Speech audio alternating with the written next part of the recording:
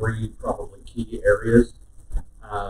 We have continued to do a lot of recruiting fairs just at different colleges around the United States, different areas, and we've got some that have been more successful than others. But I think what's really taken shape as kind of the number one way to find candidates over the last 6 to 8 years is through a relationship that we have with Teamwork Online.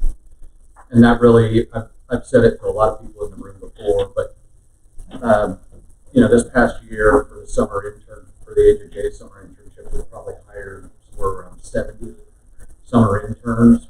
And we always, through going to 30 plus recruiting fairs and, word of mouth and things like that, we would average, several hundred candidates who would apply.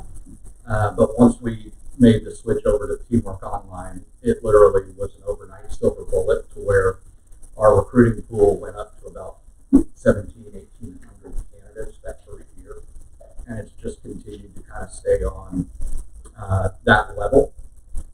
And so that's kind of the first two, prongs of the way that we do our recruiting. And maybe the last, and I think one of the things that's helped us be so successful with it is we started years ago. I mean, this is probably 2002, 2003, doing what we call intern recruiting weekend. And so we finalize all of the candidates and go through, interviews and different things that they'll do in trying to gain the position. And then ultimately we bring our final candidates to Atlanta for a weekend. And it's, all hands on deck from the full-time staff to, go through the paces with these folks. And so we have around 120 that will come to Atlanta. We are doing some virtually as well. But 120 that will come to Atlanta, and they go through public speaking. They'll do some team building exercises. They'll do some, group projects where they're doing a marketing project together. Just a number of different things. They've got 4 different interviews that they'll sit down with 6 to 8 full-time staff members throughout the weekend and do a 20, 30-minute interview. We also bring guests in from around the industry just to talk to them about important things to do in their career, because we want it to be something, whether they get the internship or not, we want it to be something that they find value in being a part of that weekend. Absolutely. I love the highlight, the emphasis on making the process of experience for them too, so that even if it doesn't work this time, maybe they'll try again in the future. Right. Now, I know one of the things that we've seen a lot of associations struggle with is the issue of housing and lodging the interns. How do you approach that? Yeah, I think we're probably a little bit unique that way because a majority of our summer interns are not staying in Atlanta working at our headquarters. They're going out to different regions of the country to help us conduct our events. But we do continue to use private housing. Quite frankly, now I think we're using more Airbnbs than anything, and being able to house the interns in those different communities there week in, week out. And then of course you always have hotel agreements where sometimes you'll be able to, if you're working with a convention and visitors bureau or something like that, maybe be able to negotiate some comp rooms for those folks. But the people who are interning at our national headquarters, a lot of them are just trying to find an Airbnb for the summer or some sort of a short-term rental. So it sounds like you get crafty and creative. Just trying anything we can Absolutely. come up with. So my next question, pivoting over, is for Thomas. So at the WSGA, you successfully recruit volunteers at a very high level. So can you walk us through your most recent recruitment campaign? Yeah, so probably like most associations here, we hit a point where our tournament season continues to grow and grow with the amount of events we're running, and our volunteer group continues to get older and older. So we need to find another, more volunteers, kind of a new group to get involved. So in March of 2023, we sent out just an email to our entire membership group. Sounds pretty simple, but was very effective. At that time, we had the high 40,000 members. we had an overwhelming response. We had almost 500 people respond to us, willing to get involved with volunteering for tournaments. Again, we're specifically just looking for tournament volunteers. I know some associations look for fourth graders and things like that, but that's all done in-house. So we really were just pushing for more tournament volunteers.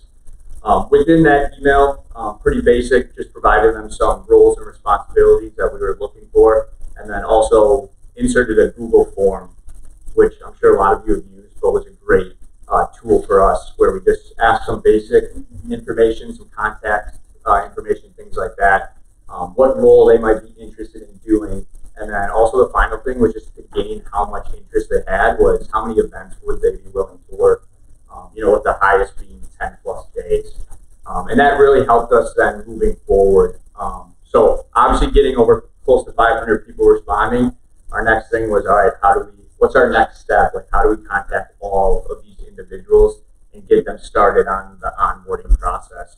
So myself and Drew, who's in the room, we created a volunteer webinar, which was very effective, just pre-recorded, broke down our staff at the WSGA, kind of a little history of our association, broke down the roles and responsibilities, what they can expect, if they want to be a rules official, if they just want to be out there ball spotting, pace play, those things.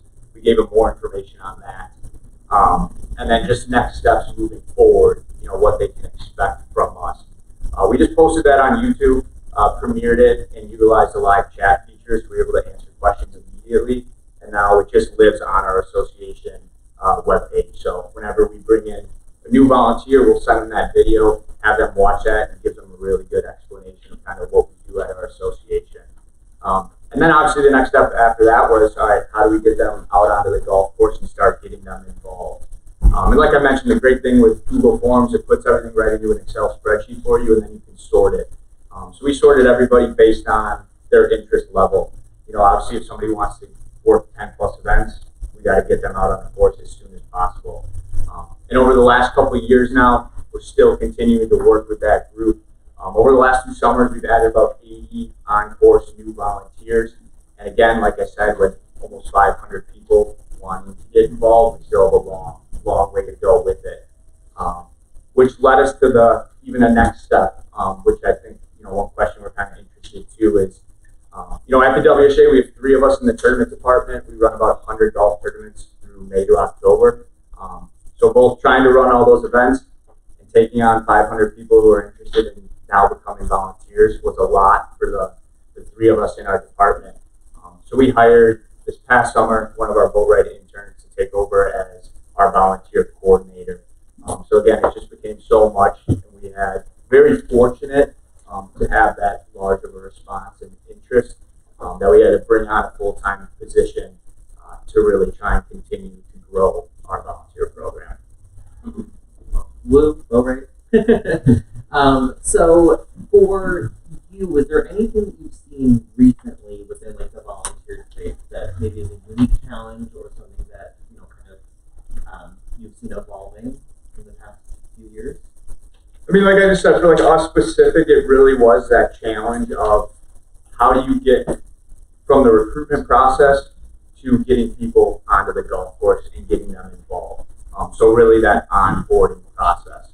A lot of things too are, once you have them and you have them out on the course for their first time, what we did is we put them with a volunteer who had been part of our association for a long time, so we almost shadowed them, for 2-3 days before we kind of released them as their own volunteer, where they could then go in and sign up, on their own. So really for us, it was kind of a challenge of scheduling those individuals to get them out on the course for the first time, and then once they're involved, how do you keep them engaged? So we've kind of we're evolving with this as well, but we've been talking a lot about volunteer recognition. So how do we keep them engaged throughout the whole summer, bring them back for years to come? Things like anniversary pins at the WSGA. If you worked last year, if you worked 10 events, we got you a WSGA logo backpack. So there's things like that where, okay, for those individuals who might have only wanted to come out once or twice, how can we turn that into 5 times, 10 times, even more than that? Absolutely. I love that you also hit on a lot of, correct me if I'm wrong, but cost-effective methods. Like you mentioned Google Forms, YouTube, so it sounds like they're pretty cost-effective as well. Yeah, no, exactly. I mean, anyone in the room can use them. They're great tools, great resources. So yeah, I mean, like I said, if no one has used that Google form and you want to send out that email, we have a volunteer initiative group. Some information will be posted on the community webpage. We have our exact email. I have it that will be shared, so you can see the exact email that we sent out with the Google form with the questions. So those resources are going to become available. Certainly check them out. But yeah, definitely the cost-effective part of it was very simple on our part. Now, this next question to wrap up the recruiting piece for anyone on the panel that wants to chime in here. So, one of the points that I've consistently seen on the intern side is the, I guess, surprise going into when they actually start the role. They kind of feel a little bit like maybe they didn't fully know what they were getting themselves into. They didn't expect the hours to be so long or that many days they were going to be working.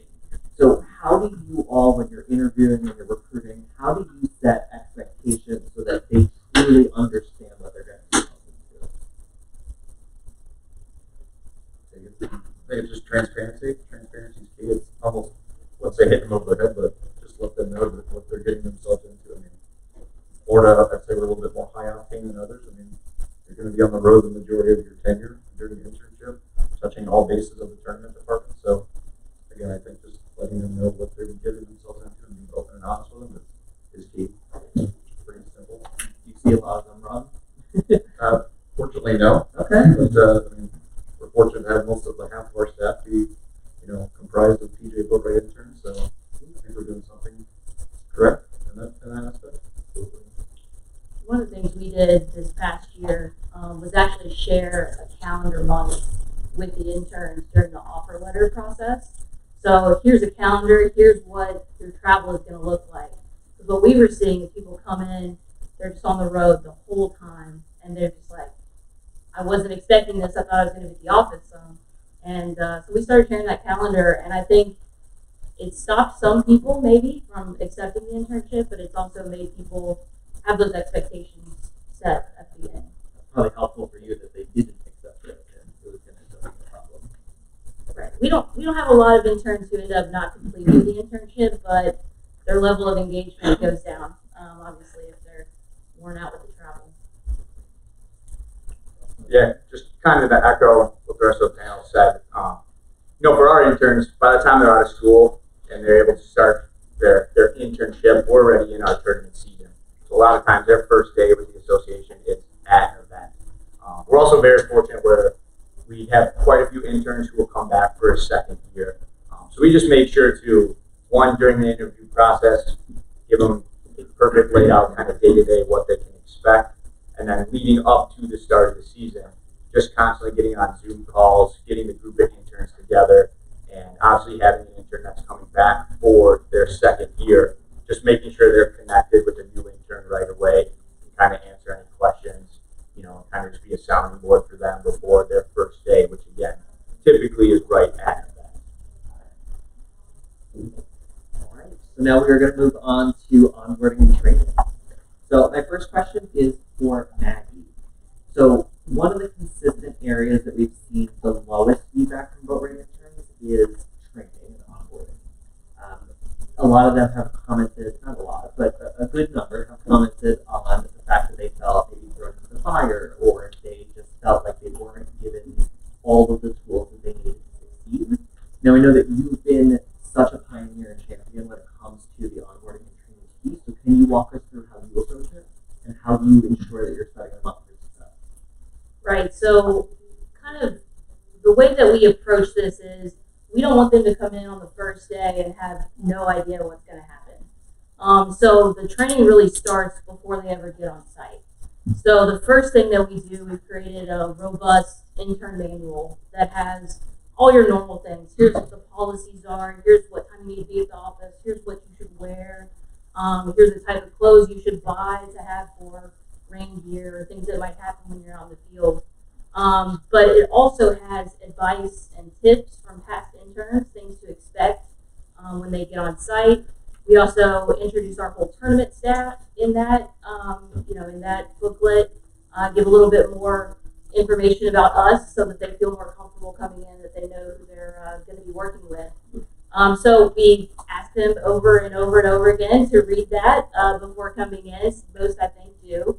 And then we also have started asking them to do the Rules 101 training that the USGA puts out prior to coming into the internship. So what we were finding was that for interns that don't necessarily have a strong golf background, especially a playing background, they may not know the rules as well or have any idea about the rules. And so I guess 3 or 4 years ago, we started implementing the Rules 101 course prior to coming in.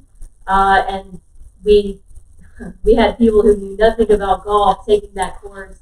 And then I wouldn't say threaten, but tell them that we were going to have a quiz when they got there. And so that kind of made them, actually go through the course. So then when we start, and I know Thomas mentioned sometimes they get thrown in the fire, our goal is for that to not happen. I can't say it always turns out that way, but the next prong of our training is really having a dedicated time at the beginning of their internship where, they are training, that we're actually teaching them what they're going to do out on the course. I think a lot of associations are forced because of timing and what tournaments are happening, etc., that they just have to throw them out there on the first day. And I hear a lot of people who've been in the industry a long time say things like, the best way to learn is to just throw them in the fire. And I think, yes, sort of, but I also think that if you want to build confidence and, let people know, here's what you're going to be doing, I think they need that training in advance. And so we've started having somewhere close to, it varies 2 to 5 days where they're in office, and then we also go out on the course. We do a combination of, learning about the CGA, learning about what we do, talking about anything from, here's what you should expect when you're being a rules official out on the golf course to here's what you should expect when you're talking to all of our volunteers and all the different stakeholders that you're going to meet at tournaments. So it's a combination of an overall training, and then we do skill-specific training. So our operations interns are learning how to put up tents, how to put up tables, things like that. And our communications interns are getting that good one-on-one time with our communications staff to learn our communications processes. So once we kind of do all the in-office stuff, we take everybody out on the golf course, and we do a rules training on the golf course. And that's for everybody, whether they're actually going to be utilized as a rules official or not, because as we all know, even if you're a communications staff and you're out there in a CGA shirt, somebody's going to ask you a question. So we give them that on-course rules training and really try and, answer any questions, because they always have a lot of questions after that Rules 101 training. So once we finish up that week, we are lucky in that the timing normally works out that we can send everybody to one tournament together. And for us, that's usually a class of between 7 and 10 interns, which is a lot, in addition to enough staff that's on site that can teach them on site at that tournament. So we're talking 15, 16, 17 people who are technically staff at one golf tournament, and it's a lot. But I think it's the best way for them to learn. They feel comfortable in that team environment, and then also have plenty of staff there to help. And then the last prong, and I promise I'll stop talking about training, is we kind of try to do continuous education. So throughout the summer, we do different things. We call them, for our operations interns, their leadership projects. And so that's where each intern is going to take the lead on doing something at a tournament. So it might be creating a rule sheet, the local rule sheet for that tournament. It might be you're in charge of course marking this week. And those are meant to be, we're going to give you that opportunity, see what you can learn on your own, how you can also conduct with the team. And that kind of helps them foster a greater relationship with our staff to kind of seek out that help when they're in that leadership role. They come back to the staff and ask questions. So training, I think, is the most important thing, not just for the interns, which is the goal, right? We want them to be well trained, but also for us. So for them to be effective members at our tournaments, effective members of the staff at our tournaments, they do have to be well trained. And we have gotten to the point now that, and I know a lot of associations do this, we send interns to go run and administer some of our qualifying events or things like that. So I really feel that the training part of it is extremely important to be able to trust them with that. No, absolutely. And I definitely think your interns' feedback scores certainly support that they appreciate that training. And I love the consistent messaging, though, that even going back to what Jeff had said for like the recruiting piece, the transparency and communication piece being critically important. I love that you set them up with information that they might not even encounter, but is really helpful for them to have. So I love that. Okay. So now, Jeff, this next question is for you. So volunteers, and this obviously applies to interns as well, but volunteers are brought on for the need for extra hands and bodies during the busy season. But it kind of creates a conundrum where it's actually more work sometimes to train them and recruit them and do all these different pieces. So how have you created your process so it's effective but also efficient when it comes to training volunteers? Yeah. I think a lot of parallels have already been stated, but transparency at the beginning, I think goals and expectations is key. So what we do in the beginning of the year is have virtual classes. Basically, Darren Green, who's our senior director of rules and competition, gets on these calls with our director of volunteers, and basically, from a new volunteer onboarding standpoint, kind of give them what's expected when you're a day in the life of the FSU rules official. When you're not holding a gallery rope, there's actually goals and there's actually tasks that you're doing during those days. So we have those calls, which are about 20 minutes, and then our director of volunteers will follow up then with those prospective volunteers to see if they're still interested in doing so. And if they are, we coin those as ride-along days. So if they're interested in joining the FSU, they'll go to a ride-along day. Which those ride-along days, basically, they'll shadow either a staff member or a senior rules official, and they'll go through a gamut of everything that we do at a tournament day. From starting to scoring to pace of play, you name it, to see if they really want to be engaged with the Florida State Golf Association moving forward. Then after that point, from an efficiency standpoint, Tracy on our team will reach out to that prospective first-year volunteer or ride-along and see if they want to dive in and be a part of the FSGA family. And that's proven very successful for us, basically kind of give them the tools of what to expect as a volunteer and see if they want to go down the path. And then from teaching and learning, we have paths if you just want to be a pace of play official, or if you want to really dive in and be a USGA rules official, if that's one of your goals, which we have one-day rules of golf seminars to help basically just train our rules officials throughout the year along with our staff. We also have level 2 training, which will have senior members of our team basically spend a day and a half with volunteers that really want to dive into the rules of golf and basically get on-course experience, actually real-world rulings that they'll actually encounter, not one-offs or calls to bench shade at the USJ for a ruling. Actually how to take penalty area relief, how to take cart path relief, some of those things, which I think has been proven successful for us. Absolutely. And you found that it is efficient and that it doesn't really slow down kind of some of the other day-to-day pieces that you have? It really doesn't, because when we have those ride-along days, we'll have a staff member or a senior rules official designated, so it's really not taking away from what they're doing, and those volunteers in the same essence can learn throughout the day. So my last question for the onboarding and training piece, and again, this is for anyone on the panel that wants to chime in here. How do you course correct if you start to see that an intern or volunteer maybe needs a little bit more hand-holding, maybe a little bit more training, isn't acclimating as quickly as maybe some others? How do you personally handle that? I'd say two things. One, going back to what Jeff was talking about with volunteers. I think we try to approach it. When you think about if it's not fun to volunteer or you don't feel informed as a volunteer, well then guess what? You're not going to have volunteers very long because they're going to choose not to do it. And so, like the idea of it being efficient and things like that, you've got to just completely flip it to where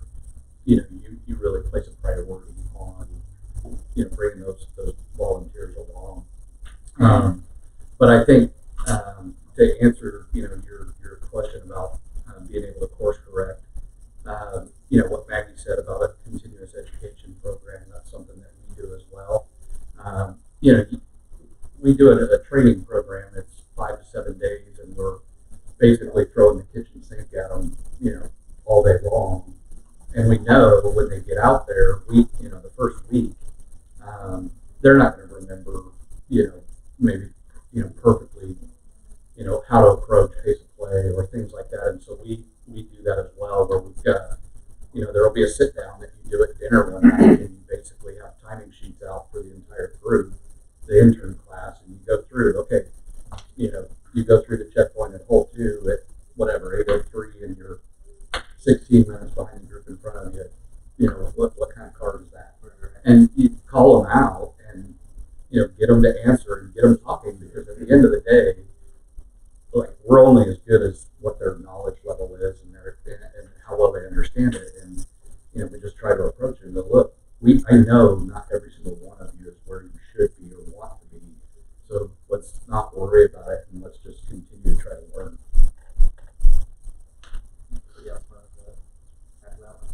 I mean, for us, just to try and avoid a period, like I said, we do the shadow program. So, we rely on our veteran volunteers to kind of sign off on a new volunteer that, hey, they're good to go.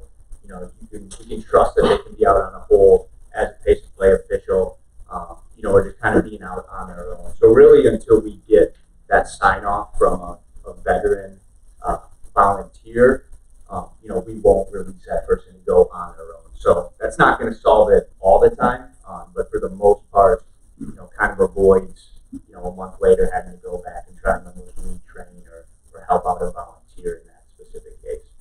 Do the volunteers also let you know when they feel ready, or if they feel comfortable, or what happens if they express like maybe not quite ready? Yeah, certainly. I mean, it hasn't happened too often. We've had a few that our veteran volunteers have come back and said, hey, this might not be a fit, in general, or, the next time they're out, like, I'd like to have them again.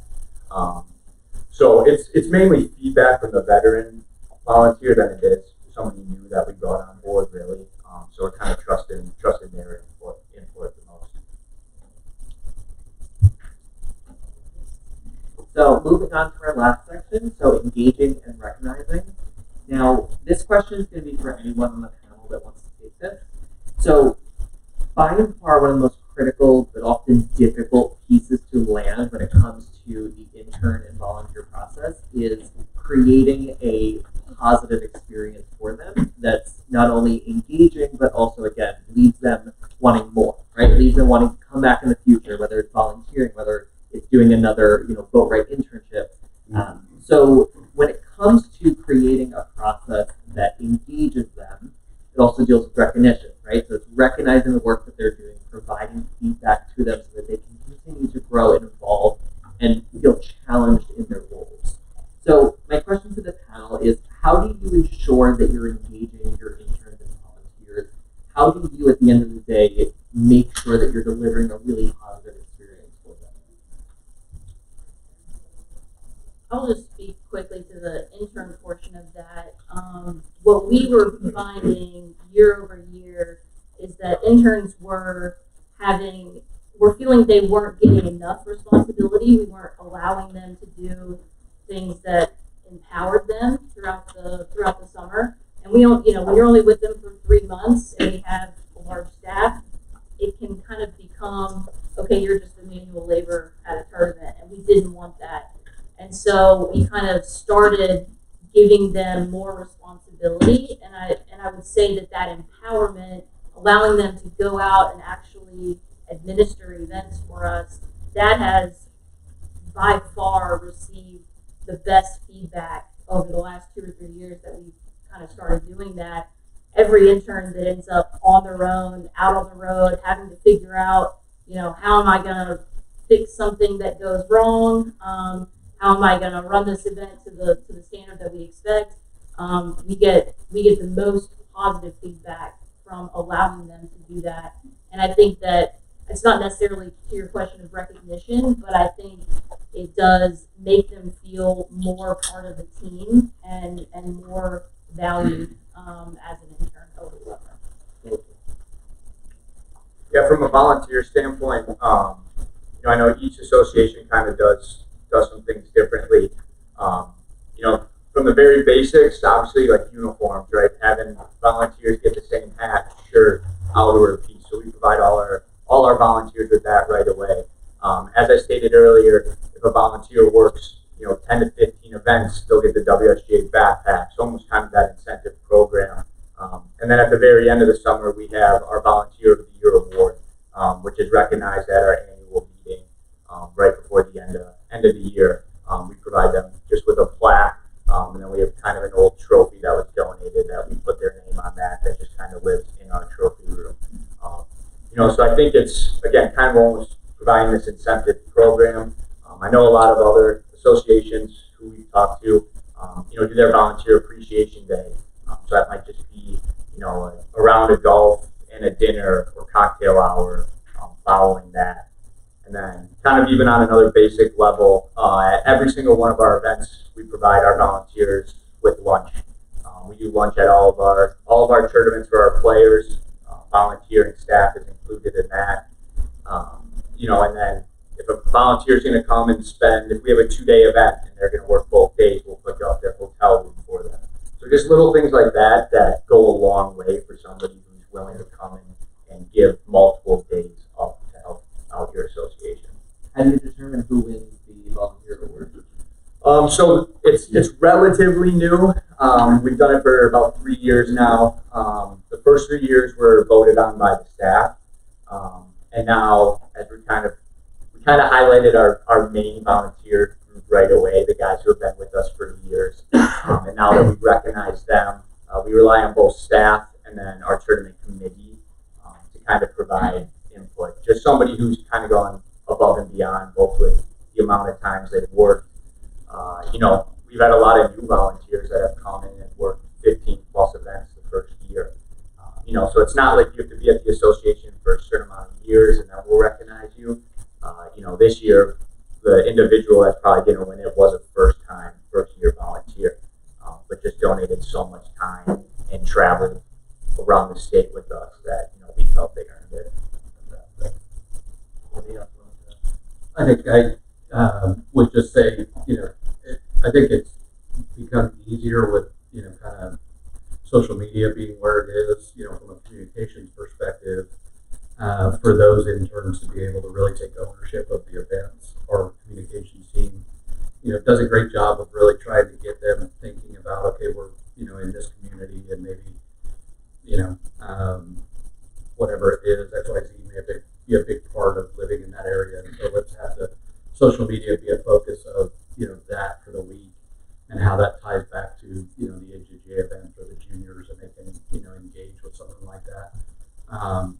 But we also do an operations development program, basically where each week somebody new on the intern team will basically be kind of appointed as the assistant to the tournament director, and they'll sit in on the meetings with the superintendent, director of all food and beverage staff, go over, the BEOs and meet the hotel contact, and really try to kind of see everything that the tournament director does, because we had a time period where people, said, geez, I felt like I did a great job learning the internship, but now I've come on as a full-time person and I have no idea what a tournament director actually does because I've been out on the golf course. And so I think that's been really successful, in addition to adding a mentor-mentee program where every single intern gets a full-time staff member as their mentor. And so that we've got, a number of touch points that need to happen throughout the summer, just kind of checking on them and really trying to keep them engaged, help them understand, where they are in the process.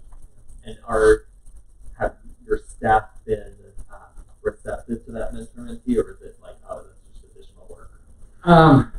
A little of both, probably. But, I think they also, a lot of them find a source of pride in being able to have mentored someone that gets hired on full time. in these last couple of years, the clip that we've been hiring full-time staff members is, probably Maggie and I were talking about it before. This past year was kind of an anomaly. I only hired 4 new tournament directors because the last couple of years it's been double digits, and this year we're already at 9 again. So it is a source of pride for them to mentor someone who gets hired full-time and then just really helps, with bringing them in and being a part of the full-time staff. Absolutely. I love that you also hit on utilizing social media. Obviously, that's a more recent trend, but it just shows how you've adapted to looking at new ways to meet it. Now, my final question to the panel, before we go to any questions that the audience may have, is: are there any ways that you engage with your volunteers or interns even after they're done with either volunteering or their internship? Are there ways that you stay connected, stay engaged, kind of help, keep in contact? Yeah, for us, specifically with our interns, the biggest way that we stay involved is we're fortunate enough to usually have 1 to 2 interns come back for a second year. So trying to keep them involved just within our association immediately. And then those that at that time graduate college, we really try and help with the hiring process. We actually at the WSA have 4 full-ride interns, full-time staff now, 1 being myself, and have a really good track record of placing full-ride interns, whether it's at another association, maybe a PGA section, or even in a different industry. So we've had some people go out and start working for the MLB. So I mean, just things like that where we really try and help out, within this community. Just if we had a great intern, somebody who we know wants to be involved in, the golf industry, it's just really taking pride in hoping and placing them into now a full-time position. I love that you take advantage of your network and the network that you all built to help introduce them and help create those opportunities. Yeah, I think similarly for us, we really depend on some of our interns to also take their experience back to their programs, because a lot of them are in between years in college, that they go back to school, spread the word about the program, and we've gotten a lot of same program year over year interns that somebody goes back, says, hey, I had a great time at this internship, I got to see all these cool places. Then we get 3 or 4 applicants from a school that we never had before come in the next year. So we do try very hard to help place them in places, the people who want to still stay in the golf industry. But we also have seen that play back of keeping that relationship going so that, they're bringing in our next intern class as well. Perfect. I think that definitely goes back to just continuing to deliver that positive experience for them. Anything else before we start opening up the audience questions? All right. Does anybody have any questions for the panel? So if you have someone, like a specific question for someone specific on the panel, or just in general. Yes? Yeah, this is for Jeff and Thomas. You both mentioned roles at your association. You mentioned the coordinator role, and you mentioned the director volunteer role. I'm curious to what that role looks like and what are their day-to-day kind of jobs. I mean, is this a full-time job that they're dedicated solely to the volunteer program, or are they doing other things, and what kind of does that look like? Right now, like our director of volunteers is not a full-time position. It could be. I'd like to see it evolve to that. I mean, day-to-day operations, she's reaching out to those volunteers. She's setting up those virtual calls. Really heavy, intensive at the beginning of the year. That's our onboarding time from a volunteer standpoint. But throughout the year, it's just a lot of touch points. It's following up after it's their ride-along day. It's celebrating their anniversaries from a recognition standpoint. So, I mean, it could easily be a full-time position. Right now, personally, she's a part-timer, but I can see it going to a full-time in the near future. I'd say a shameless plug, too, from a joint strategy standpoint. This volunteer playbook that we've been working on throughout basically the entire year will be available. And Jake's working hard on it probably by the end of this year, which will have basically just a breakdown of 4 different buckets that the group of 11 of us have been working on. So a few of them are here with Emily and Gavin and Thomas and myself and Jake, but you'll be able to see kind of real life examples of what associations around the country are doing when it comes to either recognizing or onboarding volunteers. So pick and choose what you want, from a baseline to emerging to leading, and pick and choose what you want to add at your association. But to answer your question, right now it's a part-time. Yeah, ours is a full-time position. Like I said, we just hired her this past year, so this past season was her first year with us. Day to day, I mean, she's really doing all the scheduling. So like I said, we have 100 tournaments on the schedule. So she's putting out how many volunteers we need at that event, specific rules officials to other positions. So running volunteer registration. If we're short numbers at a certain event, she's reaching out to those to get them out there. She's creating kind of our incentive and recognition program, trying to strengthen that as well. Now starting to kind of rework our volunteer manual that's passed out to all volunteers as well. So kind of giving her a lot of freedom as well, as it is a new position. But when it comes to the tournament season, she's the contact person when it comes to scheduling, when it comes to their responsibility out on the golf course. If they're coming to an event, we'll give them 48 hours ahead of time of their exact rule that day, their arrival time, anything like that. As well, like I stated, if we're running a multi-day event and they need hotel rooms, she'll schedule their hotel rooms. So, I mean, really when it comes down to everything with logistics from the start of registration, scheduling, to recognition, everything in between, kind of passed on to her. She's handling that.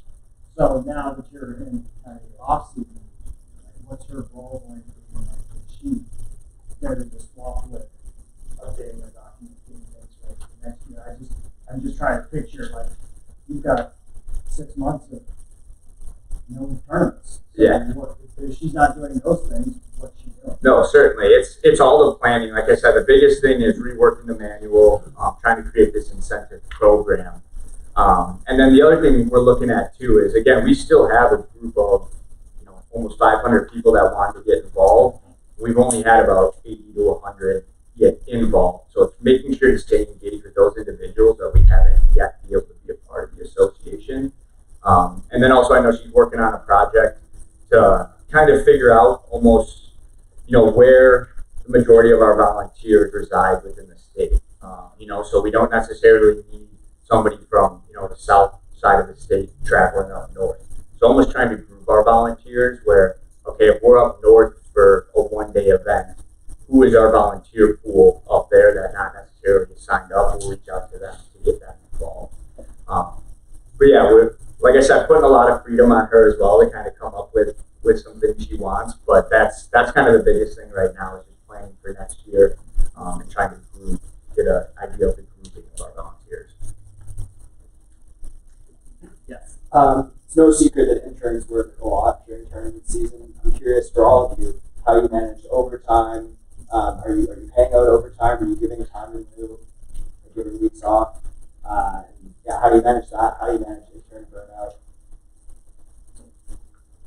It's going to change dramatically here with new labor laws in place at the beginning of the year, but for the most part, leading up into this year, it's just been salary based. I mean, we'll kind of give them a week when they're traveling quite a bit, and then a week in the office, just from a training perspective, just to kind of balance that aspect so they're not getting worn out and just week after week after week.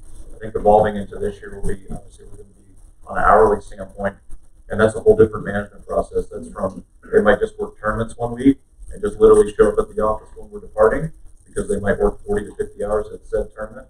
We're in Florida, the weather's unpredictable, so you might be at a golf course for 12 hours each day, and then just by default we'll be paying overtime. And then the following week after that, it might be a 35-hour week in the office, just from a training perspective, learning the ins and outs of the operation, just from an admin standpoint.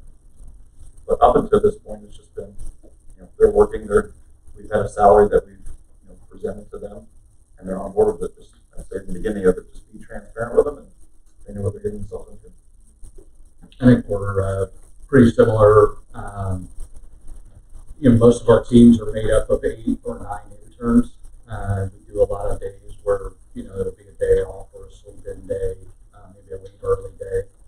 I can remember, when we started years ago, starting to monitor intern hours, and I think our first year the goal was to get to 72 hours and try to beat 72 hours. And our operations department, they were up in arms because it was just, you kind of had carte blanche to do whatever you wanted to, and you could work. When I went through the internship, it was 90, 100 hours. It was kind of the norm. This past year, we actually averaged just under 56 hours. But yeah, we're paying overtime, and, but trying to offset some of that with days off throughout the week. I think for us with managing burnout specifically, because ours is a primarily traveling internship, it's really just about scheduling and trying to stick to the schedule that you start with at the beginning. So I spend a lot of time putting all those puzzle pieces together. How could this person be somewhere for 3 days and then not have to go the very next week somewhere for 6 days?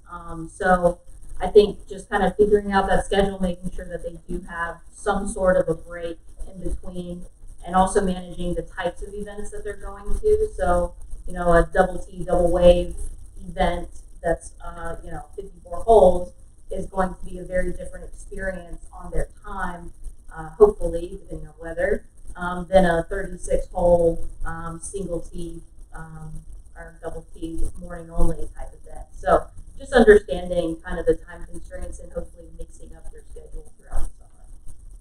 Now, I hate to cut this short. We are out of time, but enough to volunteer you all. But they will be here if you have any questions as well, and they'll obviously be at the IATA conference. But I just want to say, please give a round of applause for our fantastic